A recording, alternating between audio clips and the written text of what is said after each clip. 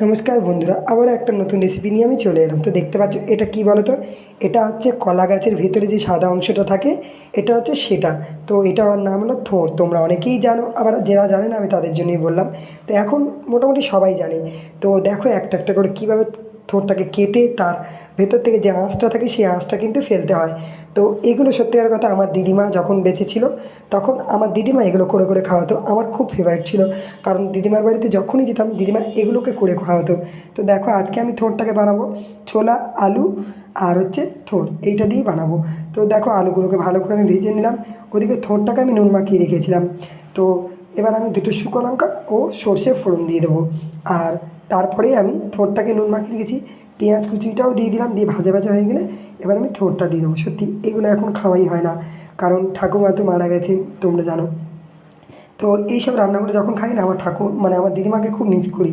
তো ঠিক এইগুলো আমার ঠাকুমা দিদিমারাই বেশি আমাদের খাওয়াতো। তো এখনও আমি মাঝে মধ্যে যখনই সময় পাই এগুলো বানাবার চেষ্টা করি, যতটা আমি পারি ততটা। তো এবার দেখো ওদিকে আমি তো নুন হলুদ দিয়ে ভালো করে ভাজা ভাজা হয়ে যাওয়ার পরে এখানে আদা, জিরে ও একটা লঙ্কা আমি বেটেছিলাম, বেটে এটা দিয়ে দিয়েছি। বেশি ঝাল দেবো না, কারণ বাচ্চারা খায়, সবাই খাবে। থোড়টা উপকার এমন একটা জিনিস যেটা সবাই খাবে। তো অল্প একটু কাশ্মীরি মির্চ দিলাম, এটা ঝাল হয় না। তো দেখতেই পেলে এবারে পুরোটা আমি ভালো করে ভাজা ভাজা করে এবার আমি আলুগুলো যে ভেজে রেখেছিলাম ওটাও দিয়ে দিলাম। দিয়ে সুন্দর করে নাড়াচাড়া করে এবার আমি ছোলাটাকে দিয়ে দেবো। দিয়ে গ্যাসটাকে একটু কমিয়ে কমিয়ে করলে না বেশ সুন্দর খেতেও লেগেছিলো।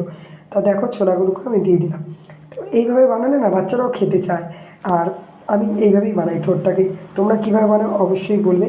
আর দেখো মোটামুটি থোড়টা আমার হয়ে এসছে। এবার একটু চিনি দিয়ে দেবো, নাহলে খেতে চাইবে না। আর এবার 1 চামচ ঘিও দেবো।